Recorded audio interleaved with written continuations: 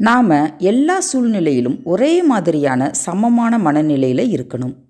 இது நிரந்தரம் இல்லை, இதுவும் கடந்து போகும். நடப்பது எல்லாம் நன்மைக்கே அப்படின்னு மனசுக்குள்ளே சொல்லிட்டு இருந்தால் சுலபமாக அந்த சூழ்நிலையை மாற்றி அமைக்கலாம். இந்த கருத்தை மையமாக வச்சு நாம் ஒரு கதையை கேட்கலாமா? வாங்க. அனைவருக்கும் வணக்கம். நான் உங்கள் அகிலா. இது கதை கேட்கும் நேரம். இந்த கதை பிடிச்சிருந்தா கண்டிப்பாக சேனலுக்கு சப்போர்ட் பண்ணுங்கள். நன்றி. அது ஒரு சோழ பேரரசுக்கு உட்பட்ட ஒரு மலையடிவார கிராமம். அங்கே மாடசாமி அப்படிங்கிற ஒரு வயதான விவசாயி ஒருத்தர் தன்னோட 2 ஏக்கர் நிலத்தில் விவசாயம் செஞ்சு வாழ்ந்துக்கிட்டு வந்தார். என்னவோ அவருக்கு குதிரை வளர்ப்பதில் ஒரு அலாதி பிரியம் இருந்தது. தன்னோட தோட்டத்தில் ஒரே ஒரு குதிரையை மட்டும் வளர்த்துக்கிட்டு வந்தார். ஒரு நாள் பார்த்தா அவரோட குதிரை காணாமல் போயிருச்சு. இதை கேள்விப்பட்ட பக்கத்து வீட்டுக்காரவங்க எல்லாம் மாடசாமி கிட்ட வந்து, நான் ஒரு துரதிர்ஷ்ட நிலை, ஒரே ஒரு குதிரை தான் வச்சுருந்தேன், அதுவும் ஆசையாக அதை வளர்த்துக்கிட்டு வந்தேன், இப்படி காணாமல் போயிருச்சே அப்படின்னு பரிதாபமாக விசாரித்தாங்க. அதுக்கு மாடசாமி எந்தவித சலனமும் இல்லாமல் ஆமாம் அப்படின்னு சொன்னார். பிறகு கொஞ்ச நாள் கழித்து தொலைஞ்சு போன குதிரை தன் கூட இன்னும் 2 குதிரைகளை கூட்டிகிட்டு வீட்டுக்கு வந்தது. இதுக்கும் அக்கம் பக்கத்தில் இருக்கிறவங்க மாடசாமி கிட்ட வந்து, நீ பெரிய அதிர்ஷ்டசாலி தான், இப்போது உனக்கு 3 குதிரை கிடச்சிருச்சு அப்படின்னு சொல்ல மாடசாமியும் எந்தவித சலனமும் இல்லாமல் ஆமாம் அப்படின்னு சொன்னார்.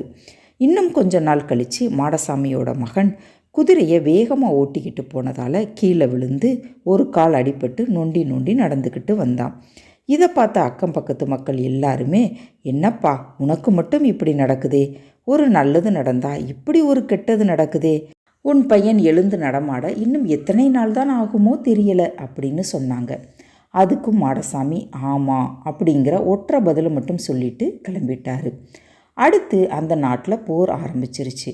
மன்னர் உத்தரவிட்டார். என்னன்னா, யார் யார் வீட்டில் ஆண்மகன் இருக்காங்களோ அவங்க எல்லாருமே போரில் கலந்துக்கிடணும் அப்படின்னு சொன்னாங்க. அப்போது இந்த மாடசாமி வீட்லேயும் ஒரு ஆண்மகன் இருக்கான்ல, அதனால் அவனை கூப்பிட காவலாளி வந்தான். இவன் நொண்டிக்காலோடு இருப்பதை பார்த்து, நீ போருக்கு வேணாம் அப்படின்னு விட்டுட்டு போயிட்டான். இதை பார்த்ததுமே அக்கம் பக்கத்தில் இருக்கிற மக்கள், இவன் பெரிய அதிர்ஷ்டசாலி தான் அப்படின்னு சொன்னாங்க. அதுக்கும் மாடசாமி ஆமாம் அப்படின்னு தலையசைச்சார்.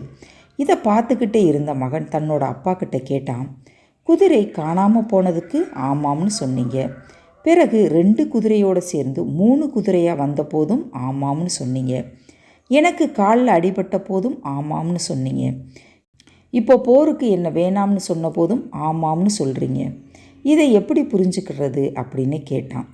அதுக்கு மாடசாமி, மகனே, நமக்கு எது நடந்தாலும் நன்மைக்கு தான் நடக்கும். ஒரு கெட்டது நடந்தால் அடுத்து ஒரு நன்மை நடக்க போகுது அப்படின்னு தான் அர்த்தம். அதுதான் இப்போ நடந்திருக்கு. இதுதான் நிதர்சனமான உண்மை.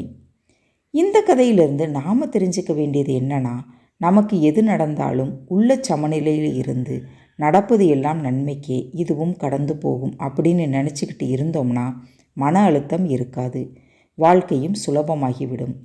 ஒரு பொருளின் மீதோ அல்லது ஒரு நபரின் மீதோ அதீத பற்றுதல் கொண்டோம்னா நமக்கு தான் பிரச்சனை.